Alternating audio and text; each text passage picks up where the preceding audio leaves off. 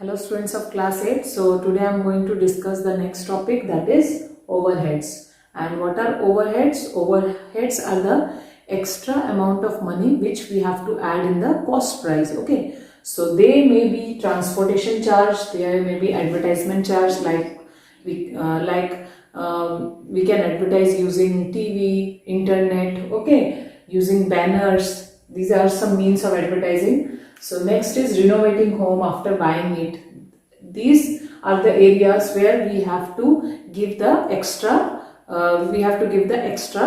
fees or extra payment. You need to do the extra payment. Suppose you are buying a home, and for renovating you have to pay some amount of fees for renovating. So what we have to do, we have to add the cost price of the home with the extra amount of money which we have to give for renovating it. So after adding the two amount, we will get the real cost price of the home. Okay, so that means overheads we have to directly add to the cost price. Okay, so this I am telling you one example of overheads where we have to use overheads, where we can add overheads. So overhead should be added to the cost price of the item.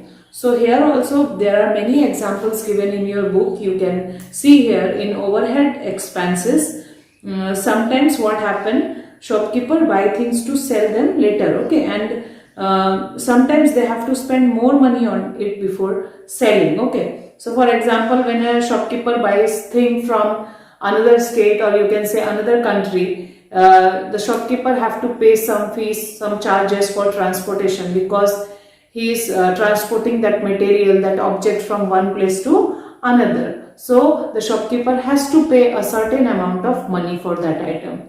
So what we have to do, what the shopkeeper have to do, they have to add the extra expenses, that is the transportation charge, to the cost price of that item to get the real cost price. Okay.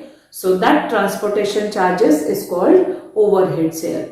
Okay, so like that only, if some shopkeeper want to do advertisement, so in advertising also they have to pay some charges. Okay, for example, using internet, somebody uses internet to do advertisement. In that case also they have to pay the extra amount of money in internet also. Okay. So that part also includes in what? Overheads. That means overheads we have to directly add into the cost price. Finally we will get the final cost price, that will be the real cost price. Okay. So that means if in question it is given that there is some overhead expenses, there is something which you are buying, and after buying you are repairing it, or you are spending some amount of money in painting that item, then that amount of money will be directly added to the cost price. Okay, suppose if you are buying a second hand scooter, or you are buying some second hand items, so what happened, for repairing it you have to give some extra amount, you have to pay some extra amount. For example, for painting you need paint. Okay, so you have to buy paint, you have to buy brush for painting that scooter. Okay, so that amount will be the overheads that will be added to the cost price of that scooter. Okay, so finally we will get the real cost price, or you can say the final cost price. So finally, while doing the questions, you have to write the real cost price. So in place of CP, we have to add the overheads with the CP first, and we have, in place of CP, we have to write the real cost price. So we have to include the overheads. Okay, that means we have to include the overheads. So remember these things, whenever overheads is given, you have to add the overhead in the cost price. Okay, so let us do the first question of exercise 9.4. There are only 4 questions. Okay, so I will do 2 questions. So I will give you 2 questions as home task. Okay, so see students, question number 1 is, a shopkeeper brought fertilizers worth rupees 8,000. That means this is the cost price of the fertilizer, and from the city he brought it to his village. That means he needs some transportation fee now. He has to pay some transportation charges now. So it is given he spent rupees 520 on transportation. That means the overheads here it is 520. Therefore the real cost will be CP plus overheads. So after adding we will get 8520 and the profit percent is 20%. So using this formula P percent is equal to P by real cost into 100. In place of P we can write as P minus real cost. So real cost already we found 8520.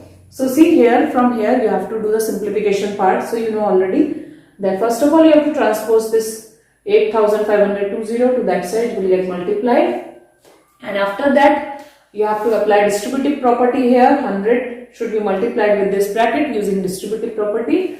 Okay, then this part should be transposed to that side. So after adding we will get this one. So SP will be 100 should be divided when it goes to that side. So finally we got what? 10,224. So you have to write that the selling price of the whole material will be is equal to rupees 10,224. So see student, the next question is, I am doing number 3. Here Azad brought toys worth rupees 75,000 for his toy shop. That means the cost price of the toy is given, and then he spent some money for transportation, rent for his shop and the salary for the salesman. That means this is the total overheads. Okay.